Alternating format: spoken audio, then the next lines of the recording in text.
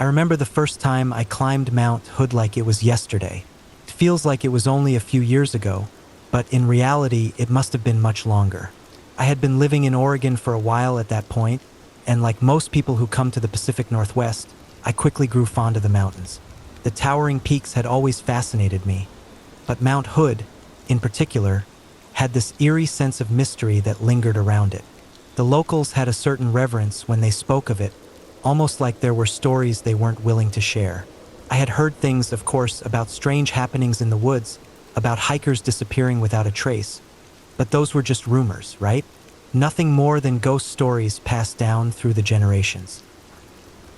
Even so, I couldn't shake the nagging feeling that there was something about Mount Hood that drew me in. I wasn't exactly a novice hiker. I had trekked through countless forests and climbed my fair share of mountains, but there was something about this place that felt different, something in the air that seemed to change the moment I stepped onto the trail. I started the hike early, just after dawn, the sky still dim with the first light creeping over the horizon. The trail was still wet from the previous night's rain, the air crisp and fresh, and there was a stillness to the forest that felt almost unnatural. I had planned for a long day of hiking, intending to reach the higher ridgelines by evening. The trees loomed tall above me, their thick trunks standing like sentinels watching over the path. The deeper I went into the woods, the more the world outside seemed to fall away.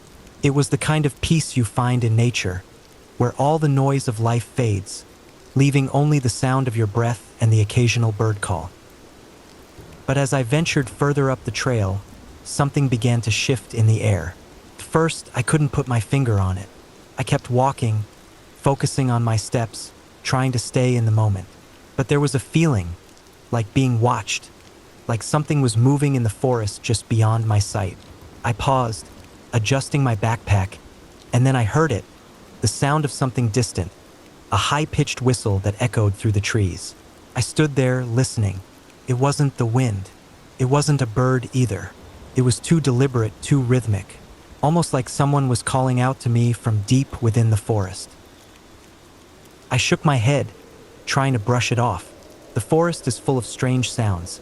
Cicadas, birds, maybe even an animal or two moving through the underbrush. I told myself it was nothing, but deep down, I knew that the sound hadn't been natural. It felt wrong somehow, unsettling. I pressed on, trying to convince myself that it was just my imagination playing tricks on me. But the sound lingered in my mind, its echoes trailing behind me like a shadow. As the hours passed, the trail began to grow steeper, the trees more dense. The forest around me thickened, the light growing dimmer as I climbed higher into the mountain. I had expected the hike to be challenging, but I wasn't prepared for the isolation that seemed to grow with each step. It wasn't just the physical difficulty that began to wear on me, it was the silence. The deeper I went, the quieter it became, until the only sound left was my own breathing. I stopped again, pulling out my map to check my location, and that's when I heard it again, the whistle. This time it was louder, more distinct, and closer. My heart began to race. I looked around, scanning the trees, but there was no one in sight. The trail was empty, the forest still and silent. I swallowed hard, a knot forming in my stomach. There was no logical explanation for the sound. No wind, no birds, no other hikers. I tried to tell myself that it was just an animal or perhaps a distant call from a hiker somewhere down the trail, but I couldn't shake the feeling that something was wrong. The whistle came again, this time accompanied by a soft rustling in the bushes to my left. I froze, my eyes darting toward the sound. I saw nothing. The wind picked up for a brief moment, rustling the leaves, but the air was still, too still. I took a deep breath, trying to steady myself. There was nothing there. It was just the forest playing tricks on me. I pushed forward, now determined to reach the ridge before nightfall, but with every step, the feeling of being watched grew stronger. It was like I could sense something behind me, something following my every move. The trees around me seemed to close in, their branches reaching out like twisted hands, blocking out the light. The trail became narrower, the path less defined. I was getting lost in the woods, I realized, but I didn't care. All I wanted was to get away from the creeping sense of dread that seemed to follow me. By the time the sun began to dip behind the horizon, I had reached a small clearing, just big enough to set up camp. I hastily pitched my tent, my fingers fumbling as I worked, my heart still racing from the strange sensation that had followed me all day. The air was growing colder, and the shadows in the forest seemed to stretch longer, more oppressive. I built a fire, the crackle of the flames offering little comfort as the darkness crept in around me. The forest was silent, but the silence felt alive, like it was waiting for something. I sat by the fire, trying to calm my nerves, but the feeling of being watched didn't go away. I couldn't shake the sense that something was out there, just beyond the reach of the firelight, waiting. I convinced myself it was nothing more than nerves, that the isolation was playing tricks on my mind. But every time the wind shifted, every time the flames flickered and cast strange shadows on the trees, I felt that unmistakable pull, like something was out there, hidden in the dark. And then, as if answering my unspoken fears, I heard it again. The whistle. This time it was unmistakable. It came from deeper in the forest, so close I could feel it vibrating in my bones. My breath caught in my throat. The sound was too perfect, too clear to be natural. It was as though someone or something was standing just beyond the trees, waiting for me to listen. The whistle was high-pitched, a strange, eerie sound that felt out of place in the otherwise still air. It echoed through the woods, a call, a beckoning sound that seemed to draw me in, like a siren's song in the dark. I stood up, heart pounding, scanning the trees, but I saw nothing. No movement, no sign of life. But the feeling, the sense that something was there, watching, waiting, was overwhelming.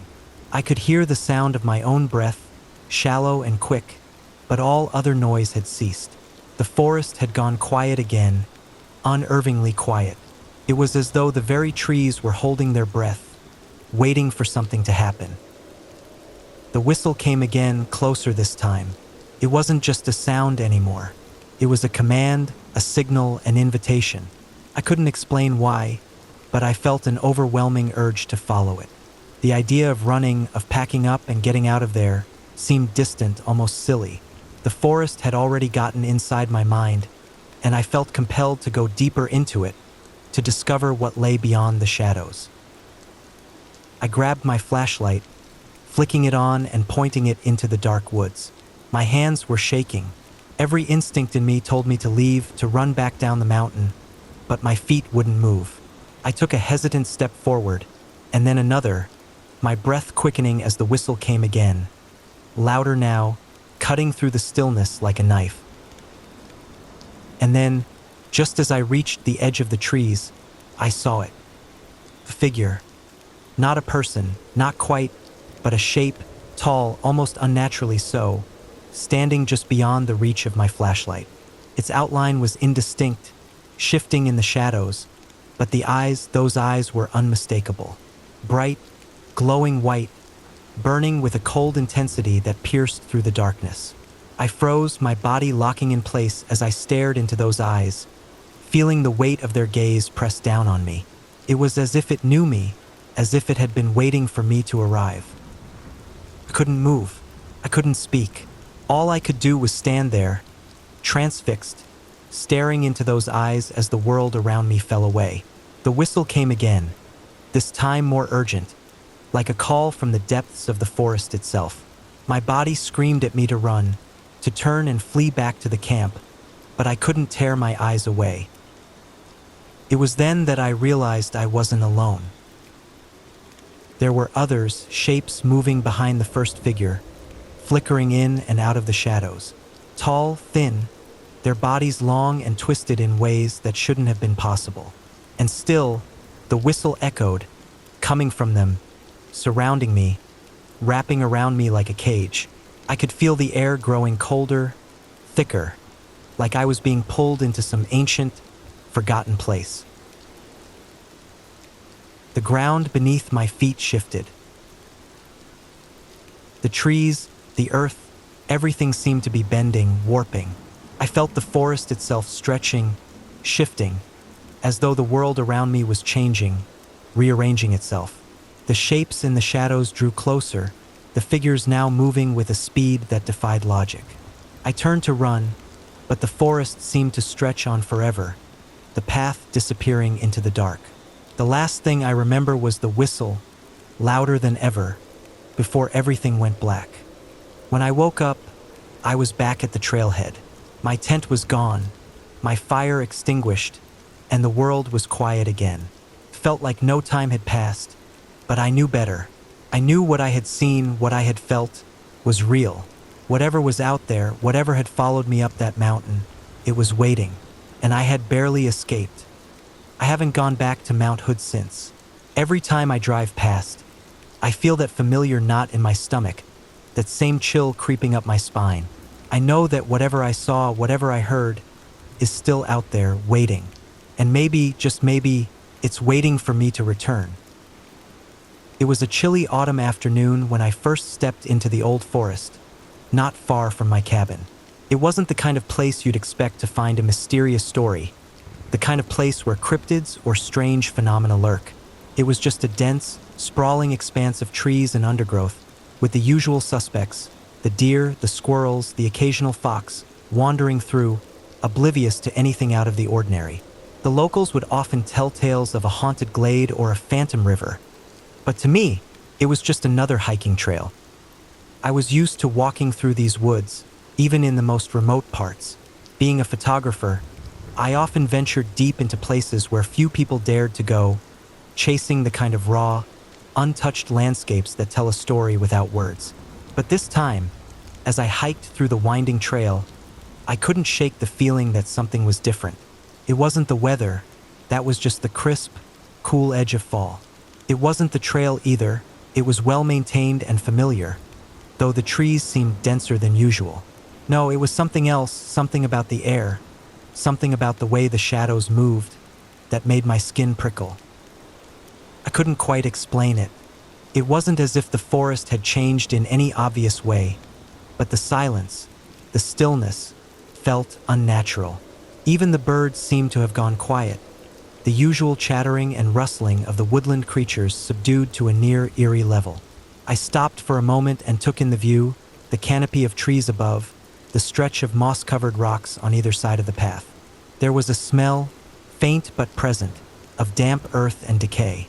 It was the smell of a forest in its quiet, forgotten corners, where few humans tread. And that's when I first heard it, a low, guttural growl. Not a bear, not a cougar, nothing like that. The sound was strange, almost too deep, vibrating through the earth beneath my feet. I froze, my camera dangling from my neck, listening. The growl came again, and this time it felt like it came from the very ground itself. It wasn't something I could describe easily, other than that it seemed to reverberate through my chest, like a distant, low hum that was both menacing and captivating. Curiosity got the better of me, so I followed the sound, stepping carefully over fallen branches and around thick, gnarled roots. It didn't take long before I found myself at the edge of a clearing, the kind of place you only stumble upon by accident. The trees here were older, the trunks thick and twisted, their limbs stretching out in unnatural directions. And in the center of the clearing stood an ancient stone circle, half covered in moss and vines, worn by centuries of weather and time.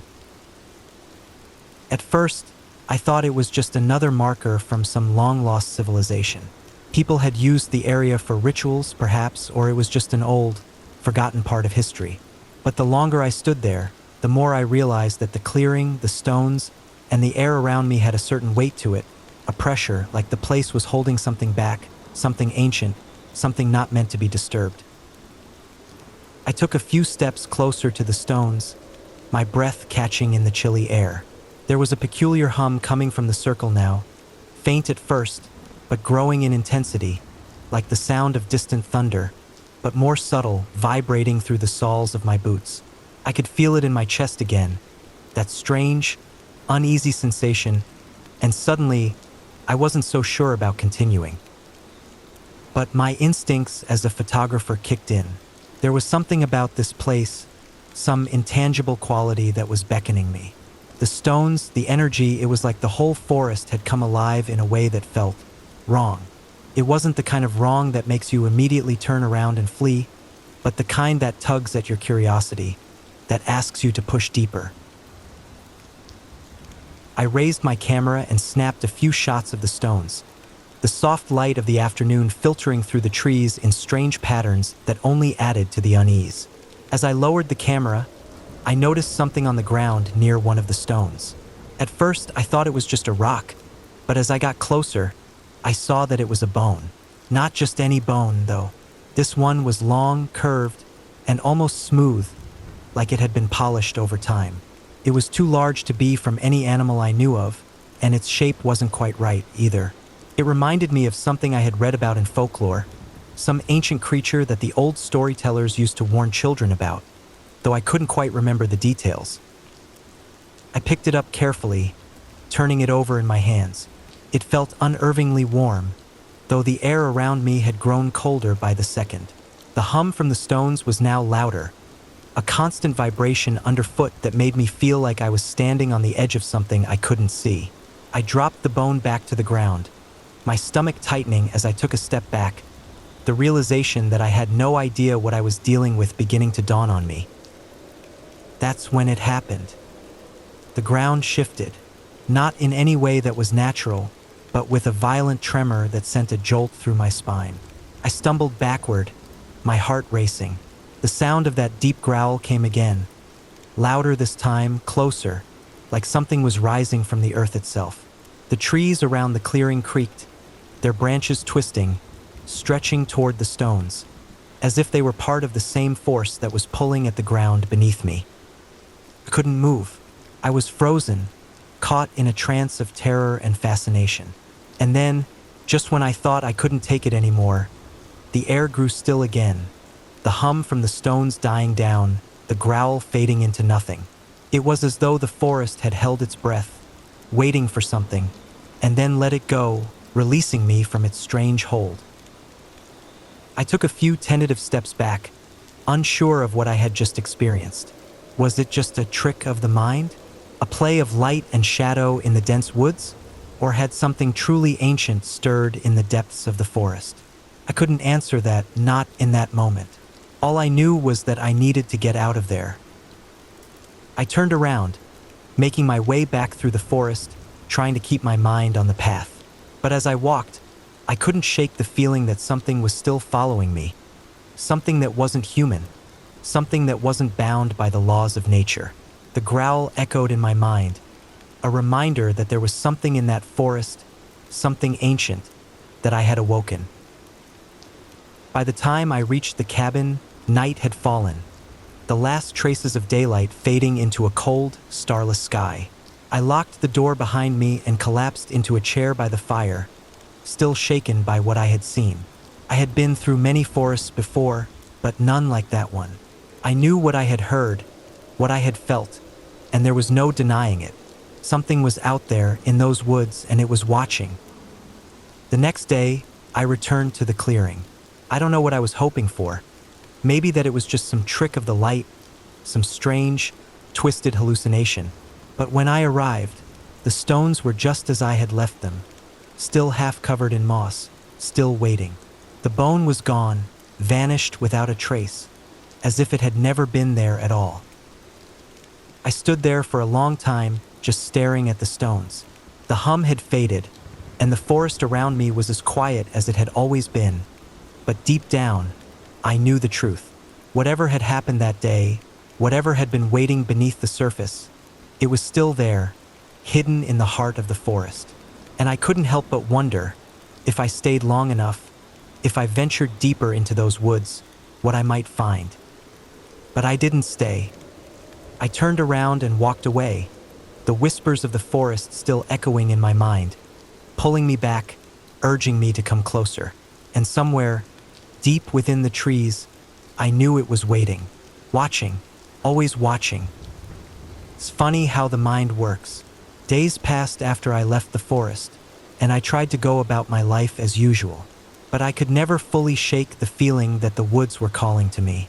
I would wake in the middle of the night, a sudden unease crawling over my skin, a need to get back out there, to see those stones once more. I fought it at first.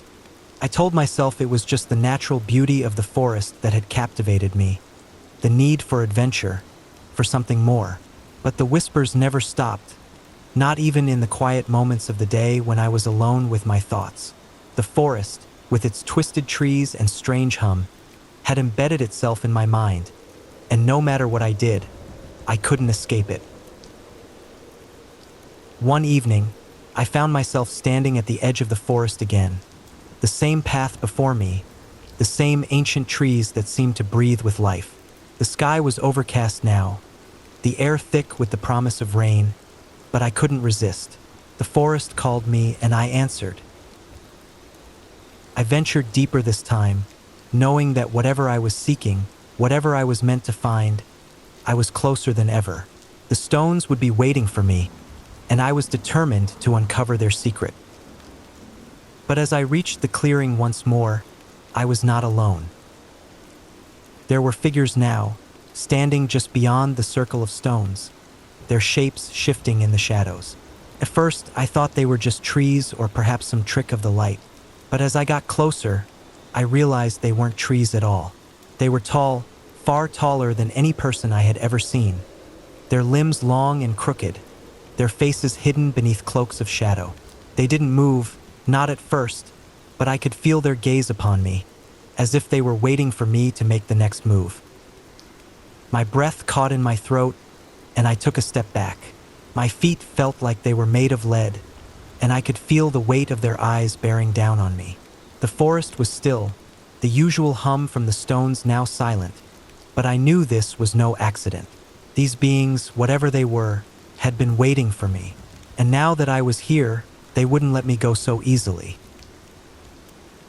With a sudden, sharp whistle, the air seemed to crack, the trees shuddering with a force I couldn't comprehend. The figures began to move toward me, slow at first, but gaining speed with every heartbeat. I didn't wait to see what happened next. I turned and ran, stumbling through the underbrush, the whispers of the forest loud in my ears, the figures closing in, their presence suffocating. I didn't stop running until I reached the edge of the woods, where the sunlight broke through the trees and the forest finally let me go. But as I turned back to look, there they were, standing just beyond the shadows, watching. Waiting.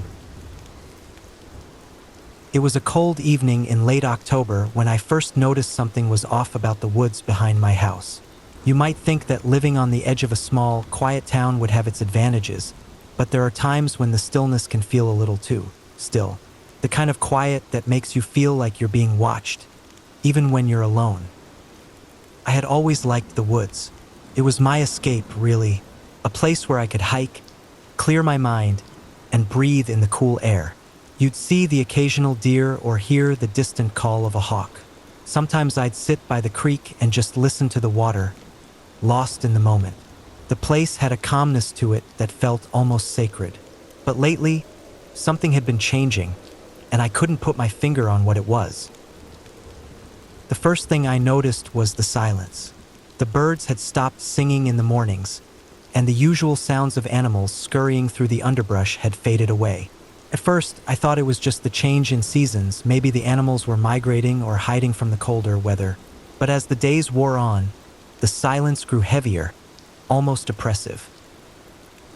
I'd been out there almost every day for years, but now every step I took seemed to echo back at me. It was unsettling, to say the least. One afternoon, as I was walking along the familiar path by the creek, I felt that sense of unease creep over me again, like I was being watched. I brushed it off, telling myself it was just my imagination. After all, I'd been out here countless times without a second thought. But as I neared the old oak tree, something caught my eye. It was a shape in the distance, just at the edge of the clearing. At first, I thought it was a trick of the light, a shadow from the low-hanging branches casting a strange silhouette. But when I blinked and looked again, I realized it was something else. A figure hunched over, standing perfectly still. It wasn't a person, though it was hard to tell what it was. I squinted, trying to make out any details, but the figure didn't move. There was no sound, just the cold whisper of the wind through the trees. I took a step forward, but the moment I did, the figure vanished, slipping back into the shadows like it had never been there. My heart skipped a beat, and for the first time in a long time, I felt a chill that wasn't from the weather. I turned around and hurried back home, my mind racing with questions. What had I seen? Was it just a trick of the light, a product of my overactive imagination? I tried to dismiss it, telling myself there was no reason to be afraid. But that night, as I lay in bed, I couldn't shake the image of that figure. It had felt so real, so tangible, and the way it disappeared so quickly left me with a gnawing feeling of dread. The next morning, I decided to go back. I had to know if it was just my mind playing tricks on me. I grabbed my camera and headed back to the woods, determined to get a better look at whatever I had seen. The air was still, the kind of stillness that felt almost suffocating.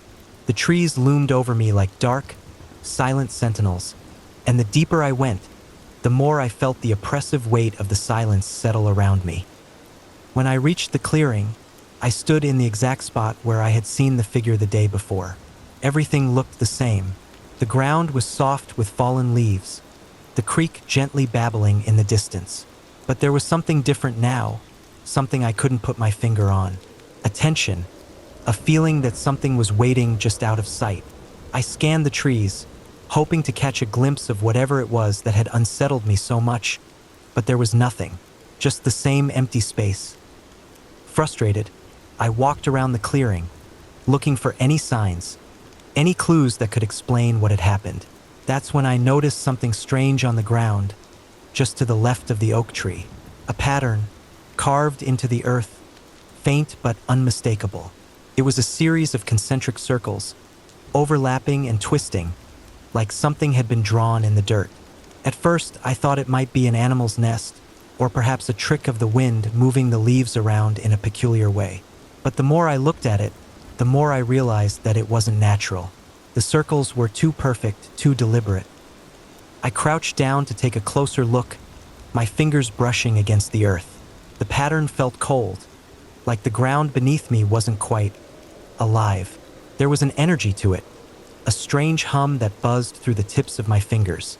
I jerked my hand back, startled by the sensation, but the feeling lingered, like a static charge, just waiting to discharge. I backed away, feeling the weight of the moment settle over me again. Something wasn't right here. That feeling of being watched, the silence, the strange pattern, it all pointed to something more, something hidden just beneath the surface. I took a few more steps back, my eyes never leaving the pattern, and that's when I saw it again just beyond the trees. The figure. It was there, standing at the edge of the clearing, just as it had the day before. But this time it was different. It was closer, its shape clearer, and this time I could make out its features. It was tall, impossibly tall, with limbs that seemed far too long for its body. Its skin was a pale, almost sickly gray, and its eyes, if you could call them that, were deep, hollow pits, blacker than the night itself. I froze, unable to move, as the figure slowly turned its head toward me, its gaze locking onto mine. I wanted to run, to scream, to do anything, but my body wouldn't respond. I couldn't tear my eyes away from it, as if something in those dark pits was holding me in place. And then, as quickly as it had appeared, the figure began to fade, slipping back into the shadows, just as it had the day before. I didn't wait around to see if it would come back. I turned and ran as fast as I could, not daring to look over my shoulder. My heart pounded in my chest, my breath coming in ragged gasps as I tore through the underbrush, stumbling over roots and branches. I didn't stop until I was safely back at my house, the door slamming behind me with a sense of finality. That night, I couldn't sleep. I kept seeing those dark, empty eyes in my mind, that figure watching me from the edge of the woods. I kept telling myself it was just some strange trick of the light, some combination of my imagination and the isolation of the woods. But deep down, I knew that wasn't the case. There was something out there, something ancient, something that had been waiting for me to see it. The next morning, I called a local historian, a woman named Ruth who had lived in the area her whole life. She was one of the few people I knew who had any real knowledge about the history of the town and the surrounding land. I didn't tell her everything, just enough to get her interested, and she agreed to meet me later that day to talk. When Ruth arrived, I led her to the woods, to the clearing where I had seen the figure. I showed her the strange pattern in the dirt, and she knelt down to examine it closely. For a long moment, she was silent, running her fingers along the edges of the circles, her brow furrowed in thought. "Where did you find this?" she asked, her voice low and cautious. I explained how I had come across it while walking through the woods, and how I had seen the figure the day before. Ruth stood up slowly, her face pale. "This isn't just some odd pattern in the earth," she said, her voice trembling. "This is a symbol, a very old one. You've stumbled onto something dangerous." I didn't know what to say. I had no idea what she meant. Ruth went on to explain that the symbol was tied to an ancient ritual, one that had been practiced by the area's earliest inhabitants, a cult that had believed in drawing power from the earth itself. The figures, the ones I had seen, were their guardians, sent to protect the sacred ground. She told me that many people had come to the woods over the years, seeking answers or attempting to uncover the secret, but none had returned the same. I listened in stunned silence as she spoke, the weight of her words settling in my chest. I had unknowingly walked into something that had been waiting for centuries, something beyond my understanding. And now that I had seen it, I was no longer a mere observer. I was part of it, caught in its web. Ruth's warning echoed in my mind as I walked back to my house that evening. The woods were quiet now, unnervingly so, but I knew better than to assume that meant everything was fine. The silence was more than just a lack of sound. It was a presence, one that watched and waited for the right moment to make itself known again. I spent the next few days researching everything I could about the woods, trying to find any other clues that might explain the strange events I had witnessed. I learned that the town had been founded in the early 1800s, and that there had been rumors of strange happenings in the area even before that. Old journals from settlers spoke of a guarded place, a sacred ground where the earth itself seemed to hold power. They wrote of rituals performed by the indigenous people who once inhabited the region, rituals that were meant to protect the land from outside forces. And they spoke of the figures, tall and shadowy, watching over the land. As I pieced together these fragments of history, I realized that what I had experienced wasn't an isolated incident. The woods were ancient, older than I had ever imagined. And whatever force lay hidden there was waiting for someone like me to stumble upon it. The next time I ventured into the woods, I was prepared. I had learned about the rituals, the symbols, the figures. I knew the risk, but I couldn't stop myself. There was something about that place, something that called to me, something that made me feel alive in a way nothing else ever had. I entered the clearing again, but this time, I didn't wait for the figure to appear. I still remember the day the storm hit. It was a Friday, late in the afternoon, when the wind started picking up. I had just finished a long week at work and was looking forward to a quiet evening at home. The weather forecast hadn't predicted anything out of the ordinary, just a few showers and some light wind. But by the time I got home, the sky had turned an unnatural shade of green. I live in a small, rural town on the outskirts of a forest, so storms are nothing new. But there was something different about this one. It wasn't just the wind that made it feel strange, or the heavy, almost suffocating humidity in the air. It was the silence, the kind of silence that you can feel pressing down on you, as if the world itself was holding its breath. I stood at my front door for a moment, staring at the sky as it darkened to an eerie shade of black, with clouds swirling like they were alive. I had a bad feeling in my gut, but I brushed it off as just my nerves. I'd been through storms before, after all. The power flickered, then went out completely, leaving me in complete darkness. I fumbled for my flashlight, and as I flicked it on, I noticed something that made my blood run cold. The wind had stopped. Not a rustle in the trees, not a whisper of air. The entire world was completely still. I've always been someone who values the quiet of the woods. The woods around my house have a kind of peace to them, something that makes them feel like a refuge. But there was no peace in the air now, just a thick tension. I stepped outside onto the porch, the flashlight beam cutting through the night. The trees were frozen, not a single branch moving. It was the kind of stillness that felt unnatural, like everything had been paused, waiting for something. I turned to go back inside when I heard it, a noise faint but distinct. At first, I thought it was just the wind picking up again, but as I listened, I realized it wasn't wind at all. It was something else, something heavier, like footsteps crunching through the underbrush. But it was too steady, too deliberate. My heart began to pound as I took a few cautious steps toward the woods, trying to peer through the darkness. That's when I saw it, a shape moving slowly through the trees at the edge of the forest. At first, it looked like a person, but as my eyes adjusted, I realized it wasn't. It was too tall, too thin, its limbs twisted in ways that didn't seem natural. And it wasn't moving like a human. It glided, silently, just a few feet off the ground. I felt my skin crawl, but I couldn't move. I stood there, frozen, watching as the figure came closer. I don't know how long I stood there, caught between fear and curiosity, but eventually, the figure stopped. It was standing just at the edge of my yard, staring at me. I couldn't see its face, not really. It was too dark, and the figure was too far away, but there was something about it that made my stomach turn. It wasn't just the way it looked. It was the feeling it gave off, like it wasn't part of this world, like it was something that didn't belong in the natural order of things.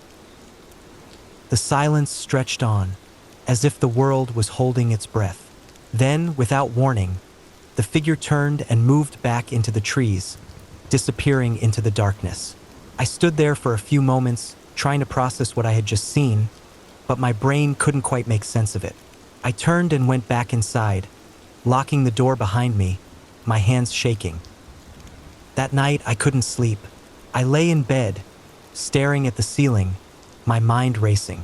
What had I seen? What was it? I tried to tell myself it was just my imagination, or maybe a trick of the light, but deep down, I knew it wasn't. I knew something was out there, something that I had no explanation for. The next morning, I decided to go out to the spot where I had seen the figure. I didn't know what I was expecting to find, but I needed to know if it was real. The woods were quiet, just as they always were, but there was something different about the air. It felt heavier, like something was pressing down on me. I walked slowly, my eyes scanning the trees, but there was nothing. No sign of anything unusual. No tracks, no broken branches. It was as if the night before had never happened. But I couldn't shake the feeling that something was watching me, that I wasn't alone in those woods. I didn't tell anyone about what I had seen. I didn't want to seem crazy, and besides, I didn't have any proof. But every night, as I lay in bed, I could feel that same unease creeping over me. It wasn't just the figure I had seen, it was the feeling that something was waiting, something that wasn't human, something that didn't belong. A few days later, I was out in the woods again, this time during the day. I wasn't looking for the figure. I just wanted to clear my head. But as I walked deeper into the forest, I found myself drawn to the spot where I had seen it. Couldn't help it. Something was pulling me there, as if the woods were calling to me. When I reached the clearing, I noticed something strange. There were markings on the trees. At first, I thought they were just scars from animals or weathering, but the more I looked at them, the more I realized they were deliberate. Symbols carved into the bark, too precise to be random. They were old, weathered, and faded, but they were unmistakable. There were circles, lines, and shapes I couldn't make sense of. I ran my fingers over one of the carvings, and the moment I touched it, a chill ran through me. It wasn't just the temperature. It was something else, a kind of energy, like the woods were alive in ways I couldn't understand. The hair on the back of my neck stood up, and I quickly pulled my hand away, but the feeling lingered. That night, I decided to do some research. I spent hours going through old records, town histories, and local legends. It wasn't long before I found something that made my blood run cold. There had been reports years ago of strange happenings in the woods near my house. People had claimed to see things, figures in the trees, creatures that didn't belong. But what caught my attention the most was a reference to something called the Watcher. According to the records, it was an ancient entity, a being that had existed long before the town was founded. It was said to be a guardian of sorts, but not one that protected people. No, the Watcher was said to keep the woods hidden, to ensure that the land's secrets remained undisturbed. I couldn't shake the feeling that the Watcher was what I had seen that night, and the more I read, the more I realized that I wasn't the first person to encounter it. In fact, many people who had ventured into the woods had disappeared, never to be seen again. The only thing left behind were strange markings on the trees, like the ones I had found earlier. The next day, I went back to the woods again. I couldn't stop myself. It felt like the Watcher was calling me, pulling me into the depths of the forest. I wasn't sure what I was looking for, but I needed to know the truth. The deeper I went, the more the air seemed to thicken, and the trees felt like they were closing in on me. And then, just as I was starting to doubt myself, I heard it, a rustling in the trees, faint but unmistakable. I froze, my heart pounding in my chest. It was too quiet.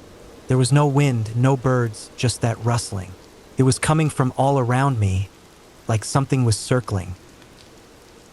I slowly turned around, my flashlight cutting through the darkness, and that's when I saw it again. The figure, but this time it wasn't at the edge of the trees. It was standing right in front of me, just a few feet away. Its eyes were like black holes, sucking in the light, and its limbs twisted in ways that shouldn't have been possible. I couldn't move, couldn't speak, couldn't do anything but stare at it. I opened my mouth to shout, but no sound came out. My body was frozen in place, paralyzed by fear. I wanted to run, but my legs wouldn't move. The figure slowly stepped closer, its presence overwhelming, suffocating. I could feel the darkness it radiated, like it was alive and watching me, waiting for me to make the first move. Then, without a word, the figure reached out, its long, spindly fingers brushing against my arm. The touch was cold, colder than anything I had ever felt.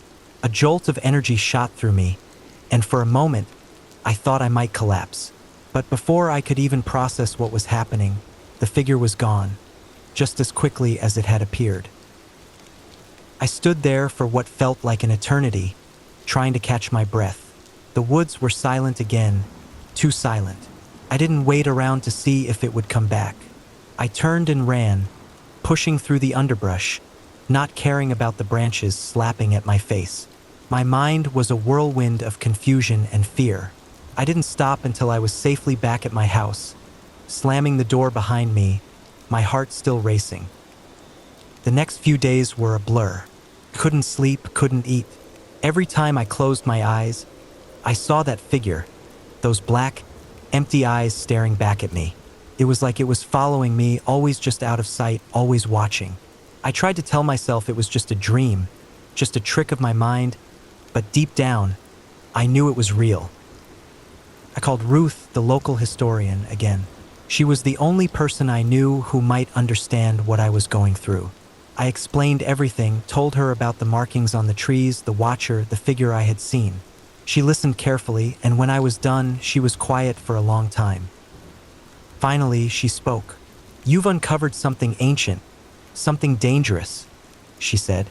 "The Watcher has been here long before any of us. It's not something that can be easily understood, but you've gotten too close, and now it knows you're here. It won't stop until it has what it wants." "What does it want?"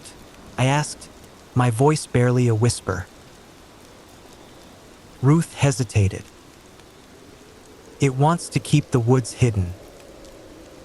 It wants to make sure no one learns its secrets. And now that it's found you, it won't let you go. I didn't know what to say. I had no idea how to deal with this, how to make it stop. Ruth gave me some advice, but I didn't know if it would work. What was I supposed to do? How do you fight something that isn't human, something that doesn't belong to this world? That night, I went back to the woods one last time, determined to face the Watcher head-on. I don't know what I was hoping for. Answers, maybe, or maybe just some way to make it stop. But when I reached the clearing, I found something that made my blood run cold. The trees were covered in fresh markings, symbols, scratches, and grooves. The Watcher had left its mark, claiming the land once again. And there, standing in the middle of the clearing, was the figure waiting. This time, though, I didn't run. I stood there, my heart pounding, as the figure took a slow, deliberate step toward me. I could feel the power radiating from it, and in that moment, I knew there was no escaping it. Whatever had been unleashed, whatever was bound to the woods, was now a part of me. I didn't look back when I turned to leave. I didn't dare. All I could do was hope that somehow I could escape its watchful gaze. But deep down, I knew it was already too late. I'll never forget the night I first heard the whispers. I was living in a small cabin out in the woods, miles away from the nearest neighbor. It was the kind of place you'd go to for some solitude, to escape the noise of the city and the constant buzz of modern life. I'd always been drawn to the woods. There was something calming about the trees and the quiet, the way the world seemed to slow down when you were surrounded by nature. That night, though, something felt off. I was sitting by the fire, the warmth of the flames casting long shadows on the walls of my cabin, when I started to hear it. At first, it was just a faint sound, something I thought might be the wind rustling the branches outside, or the creak of the woods settling in the cold night air. But as the hours wore on, the sound grew clearer, more distinct. It was a whisper, soft at first, like a distant murmur, but as the night deepened, it became impossible to ignore.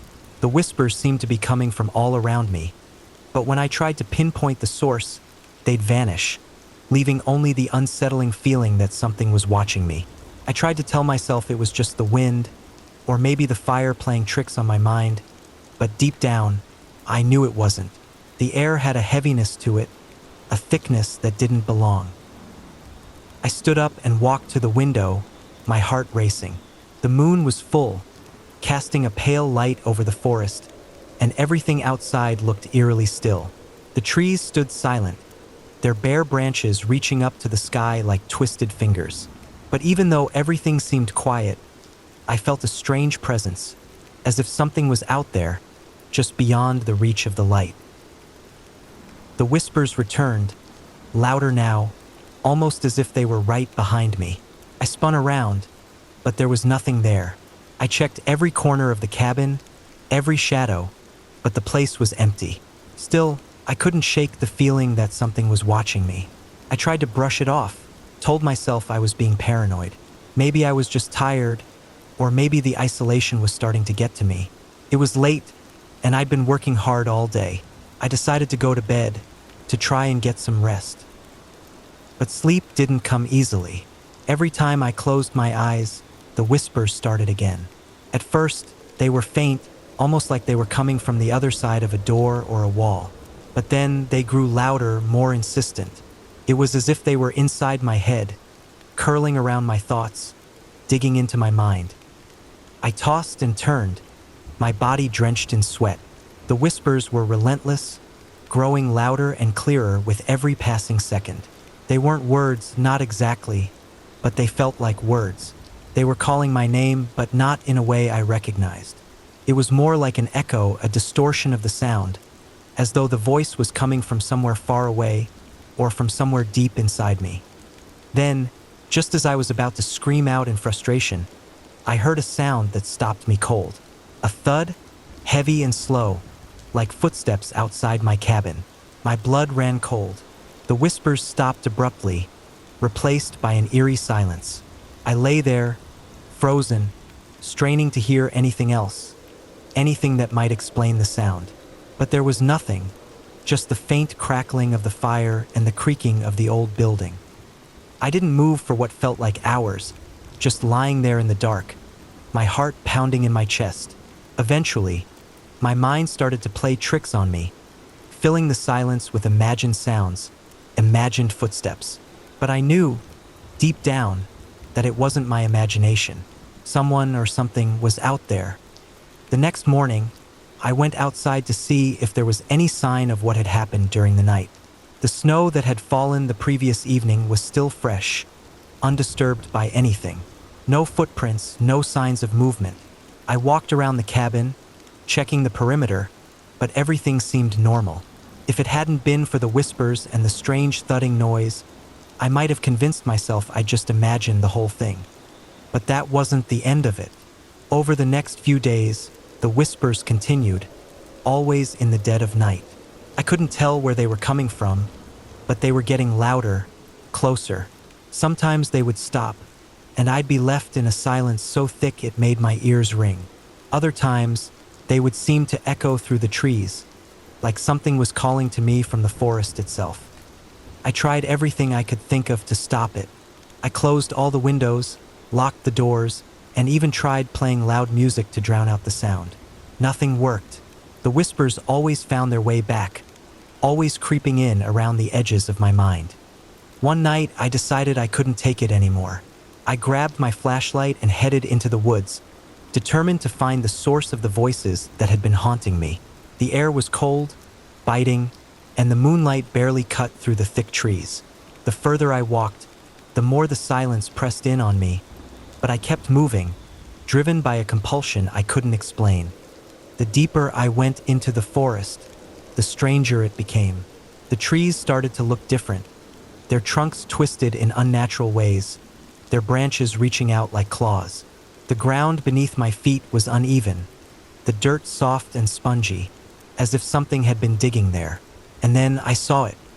At first, it was just a shape barely visible in the moonlight.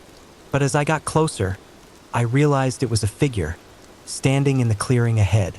My heart skipped a beat. It was tall, impossibly tall, its limbs stretched and thin, its body draped in tattered rags. The figure didn't move, didn't speak, just stood there, staring at me with eyes that gleamed like black pits. I froze, rooted to the spot by an overwhelming sense of dread. The whispers started again. Only this time they were coming from the figure itself, swirling around it like a cloud of sound, voices overlapping and twisting into something incomprehensible. The air felt thick with their presence, each word scraping against my mind, pulling at the edges of my sanity. I couldn't look away, even though every part of me screamed to turn and run. The figure reached out a hand, its long fingers twisting in the air, beckoning me closer. I didn't know why, but I stepped forward, one foot dragging behind the other as though something was pulling me toward it. And then, just as I was within arm's reach of the figure, it spoke. The voice wasn't human, but somehow it was inside my head. It was low, like the sound of the earth itself groaning beneath the weight of something ancient and forgotten. "Come closer," it said. "You are here to listen, to understand." I felt the words reverberate inside me, like they were reaching into the core of my being, pulling at the strings of my very soul. I wanted to scream, to run, but my body wouldn't move. I could only stand there, my eyes locked onto the figure, my mind screaming for release. The whispers grew louder, more frantic, as if they were coming from everywhere at once. I couldn't tell what was real anymore, what was just the sound of the wind or my imagination. All I knew was that I had to get away, but I couldn't. Just as suddenly as it had started, the figure vanished, leaving me alone in the clearing, the whispers echoing in my ears, my heart pounding in my chest. I stumbled back, my legs shaky, and ran back to my cabin as fast as I could, never looking behind me. Since that night, I haven't been able to shake the feeling that something is still watching me. The whispers have stopped, but I can feel them, always there, waiting. Sometimes, when I close my eyes, I hear them again, just out of reach, like a shadow in my mind. I've tried to leave the cabin, to escape the woods, but every time I go, something draws me back. It's like I'm part of it now, a piece of something ancient, something that doesn't belong in the world anymore.